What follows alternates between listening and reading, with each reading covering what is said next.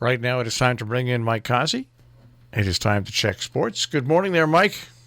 Good morning. How's your week been going? It's boring. I've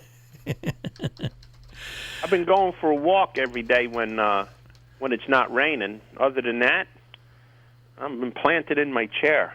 Well, I've been planted in my chair because I normally go home and take a nap anyways, but then I normally do something outside. But you know what? I just figured, you know what? I'll stay inside my house. My house is basically hermetically sealed because I don't like bugs. Okay, so windows are never opened. I have I have central air conditioning, not central air conditioning. I have a couple of these air conditioners that cool the house. So I'm hermetically sealed. Mm-hmm. And if UPS comes or Amazon or anybody comes, they can't get past the door to the outer. I have a little like entryway. Mm-hmm. They can't get past that.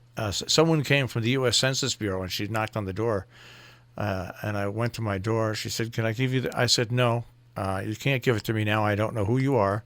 I don't know where that envelope's been. Mm-hmm. Come back in about let's say 60 days." Well, that's another thing. Like I'm supposed to go for my physical on Monday. They'll cancel it. I'm pretty sure. They called yesterday to confirm it. I'm a little apprehensive about that.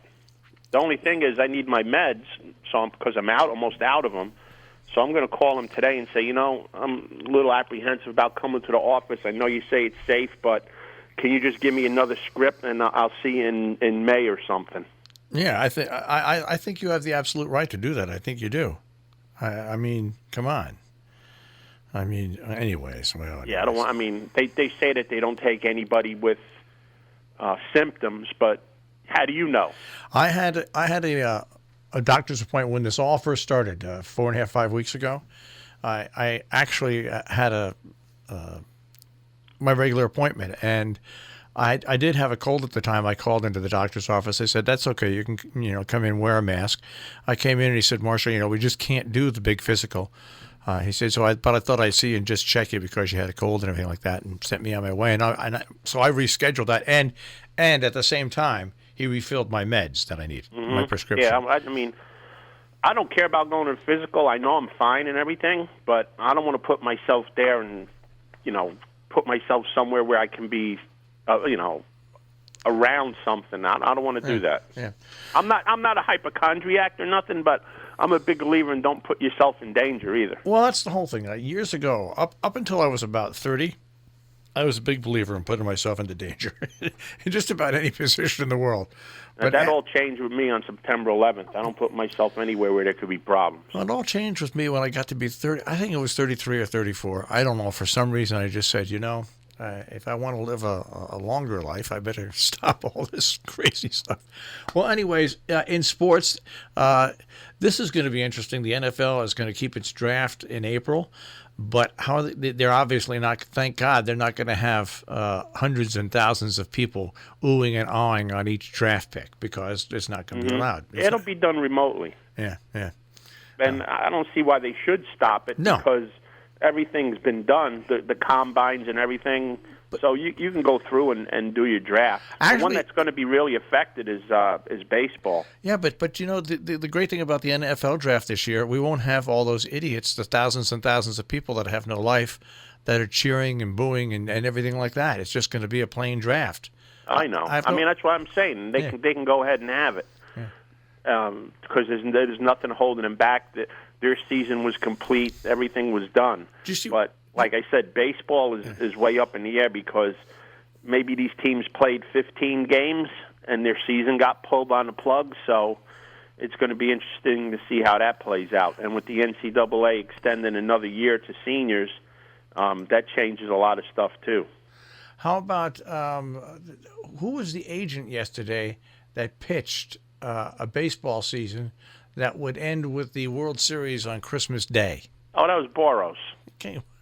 He's out of his mind about playing games at neutral sites where it's warm and everything. That's not. It's not baseball. That has about 1/8 of a 1/10% chance to do it. So don't even worry about it. He's just selling himself. I saw that and I said, "This is on the list of dumb ideas This is high. I see where the toy cannon Jimmy Wynn passed away at the age of 78. No, I didn't see that. Yeah, 78. He was an outfielder for the Astros. He was only 160 pounds, and he could hit the ball a mile.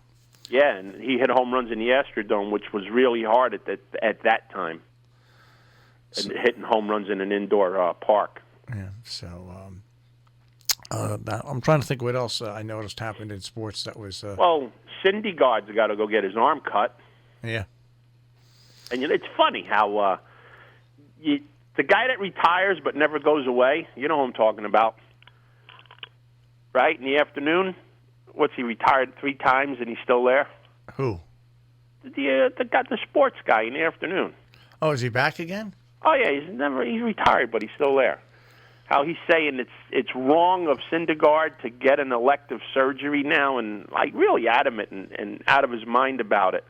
But the thing is, this is this guy's livelihood. He needs to get it done. It might be under elective surgery, but it's a necessity. It's almost like somebody going in and having something done for their health that would alter their life. This will alter his life. It's not. Yeah. It's not like going to get your tonsils out. So he's not taking, as usual. He's wrong. He's not taking advantage of anything. It's a question of, all right, you're not playing baseball now. Get it done. He needs it done. Yeah. He gets it done. Get it done. Exactly right. Hey, congratulations to Drew Brees and his wife. They donated $5 million. $5 million. Yeah, for meals in the Louisiana area. Yeah, like something like 10,000 meals a day for I don't know how long he's paid for it. That's pretty cool. $5 million. That's a lot of money, boy. That's pretty cool. That's an individual. That's not a corporation. Yeah, and because it's going to meals, it's going to feed a lot of people. Mm-hmm. So I don't see any of these other big money guys doing it. No, it's nice when you see that. It shows that is a true give back. It's like what Watt did in Houston by starting that fund himself, and it wound up with what $20 million donated. Something like that, yeah. I mean, those are what you want people in entertainment and in sports who get paid the big salaries. That's what you want to see through them. You don't mind them really making that money. They happen to be the right place at the right time. But when they give back, and they give back freely, that's totally different. That's what you want to see from these people. I don't see a couple of these New Jersey singers throwing back money, or these Hollywood people that have high opinions. I don't see them choking up $5 million. It'd be nice to see everybody like that makes that kind of money do that. Hey, any racing going on this weekend? Yeah, it's still running. We got Florida Derby tomorrow. I don't know when the plug's going to get pulled on this stuff, because you got all these different factions crying about it and everything else. But, the horse racing industry is a big industry, and if you stop racing, there's a lot of people there that aren't going to be making money. There's enough people out there with businesses closed that aren't making money. To close these guys down would just add to that number, and if you don't have to, don't. They're running in front of no one, so there's really no threat there. Castellano, a jockey, came up with it, but he didn't catch it at the track because he hasn't ridden in 2 weeks. So, the media just sensationalizes things the way they want to and the way they want to portray it. But as far as the track goes, it's a colony of people in the backstretch that need the money. They a lot of them don't have Social Security income numbers, if you know what I mean, and they need the money to survive. And if you shut down the track, they have absolutely no way of getting any kind of income. So keep the track running. I don't see any problem with it. We're going to go tomorrow to the 6th race, be the first one, the Grade 3 How's Hope, 1 mile and an eighth on the dirt. Some nice big fields tomorrow at Gulfstream all day long. This draws 11 horses in it, and a couple of horses I'm looking at. One is the 8-horse Sir Anthony. Since this horse lost the blinkers a year and a half ago, this horse has won some pretty big races and put up some pretty big numbers. He's 2 for 3 at Gulfstream with the Wynn. I was on him the day he won the Harlan's Holiday, another Grade 3 last year, just under 26-1. And then he came back 2 races later to run second in the skip away at 9-1. So this horse likes the track. He's coming back to the track. So at 15-1 with Giroux up, he's a definite use for me. Another horse in here that I might be using is the 3-horse You're to Blame. This horse has 3 starts to track with 2 wins and a third. This, believe it or not, this 1 1/8 distance might be a little too short for him. This horse is 1 1/4 miles and better usually, but I'll nonetheless give him a shot on in the Howell's Hope tomorrow. But my top pick's going to be the 1-horse Harvey Wallbanger. I picked this horse last year in the Holy Bull when he won it just under 30-1, and last time out probably ran the best race of his life at Gulfstream Park. This horse has 3 lifetime wins with 2 of them coming at Gulfstream. He just sat the rail real easily, and then when asked to run, he picked it up with a big, huge turn of foot, 1 going away by 5. He sits at the rail tomorrow. I think he trips out. There's enough of speed in this race to set it up for him. And 4-1 morning line, I think that's just about where he'll go off. So I really like the 1 Harvey Wallbanger on top, the 15-1 8-horse Sir Anthony underneath, with the 3 You're to Blame. So a 1-3-8 in the 6th race at Gulfstream tomorrow, which has a 2 o'clock post time. The 13th race is the 1 mile Appleton on the turf, and like I said, this race has a full field of 12 with, I think, 4 AEs, which if anybody scratches, they'll pop in. So you're going to get 12 horses in here. You can go a lot of ways in this race.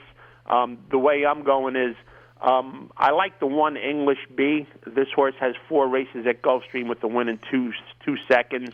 Had 2 races off the layoff at Gulfstream Park.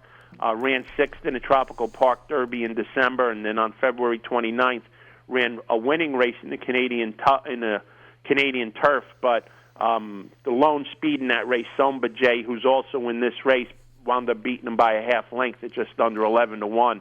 So I like the 1 English B. Second horse in here I like is the 4 Bala Rocks. This horse will sit just off the pace, and this is a definite horse for course. 4 starts at Gulfstream, never off the board with 3 wins. The horse has 6 lifetime wins, with half of them coming at Gulfstream. Should sit just off the pace and make a nice move and be in contention coming down the lane. And the 10-horse Sombier is the one I mentioned. I think there's enough of speed in here that wasn't in his other race to keep him honest. So I think it's going to set up for the closers. And the 1 closer I like the most is the 2-horse Hembry. 1 win at 3 starts at Gulfstream. Has 2 race offs of the layoff. Coming in off the Canadian turf where this horse ran 8th. Didn't get the best of rides that day. Gets a jockey change to Rosario, who's in from California. That could be the big difference in this horse. So the 2 Hembry at 12-1 is my top pick, with the 1 English B and the 4 Bala Rocks making up my exacta. Another horse you could throw in here is the 12 El Tormenta with Leperoux. It's going to have to be used hard a little bit early, but this horse more than capable of making some noise. At the mile distance, he's run 4 times with 2 wins in a second. So I'm going to go with a 4-horse box in that race. It brings us to the big race of the day, the Florida Derby. Doesn't have as much impact as it would have had because the Derby's now going to be in September. But these are still 3-year-olds in training, and you see how they progress. 2 horses in here that are going to get all the money is the 7, Tis the Law, and the 12, Etty Indian. Tis the Law won the Holy Bull by 3. Etty Indian ran 2nd, and Etty Indian came off of that race to win the Fountain of Youth by 8. So I think both of these horses are going to be less than 2-1 and big favorites in here, but I'm going in a totally different direction. There's enough speed in here to keep Etty Indian honest, which didn't happen last time in Tampa. The horse freaked out that day, and I think there's going to be more pressure on the front end to make him honest. I'm not sold on Tis the Law. I don't think Etty Indian is that great of a horse, neither do I think of Tis the Law, who's a New York bred. This horse, the last time he ran, was the only time he ever won going 2 turns. I'm not sold on this horse at the 6-5 morning line, so you can keep it. The 2 horses I like best are the 5 Governor Morris and the 6 Ajaweed. Governor Morris is coming off a win at Tampa Bay. He was prepping for the for the Tampa Bay Derby, ran into some problems, skipped the race, was coming into the race pretty good, and I think is just as good right now. So 8-1 with Johnny Velasquez up is a nice play for me. And the 6 Ajaweed, There's a horse that I've been telling people about. His name is Maxfield, and I think no matter how many bullets Bobby Baffert has in his gun in September or not, I think Maxfield, if healthy and is healthy, is tons the best. Will be tons the best in the Kentucky Derby this year, and that's the common denominator for Governor Morris and Ajaweed. They both ran pretty good against Maxfield when he blew everybody away in the Breeders' Futurity at Gulfstream. Thus, Governor Morris coming in off the win is going to be my top pick in this race, and Ajaweed's going to be my exacta box for coming into this race. In that Sam Davis running a nice third, but definitely needed the race. But these horses were competitive against Maxfield. Nobody else ran against them. So I'm going with an 8-1 and a 20-1 shot to upset the Florida Derby tomorrow. Can't make a name picking 6-5 shots, so we're going against those two favorites. All right, Mike, I want you to have a good, safe weekend, and we'll check in with you again next week. I might need a new chair, man. I'm living in this thing. That's right. Wear it out. Yep. All right, take care, buddy. Have a great week, guys. Take care. Mike Cozzi with the Check on Sports this morning, and we'll have none other than Pat Pagano.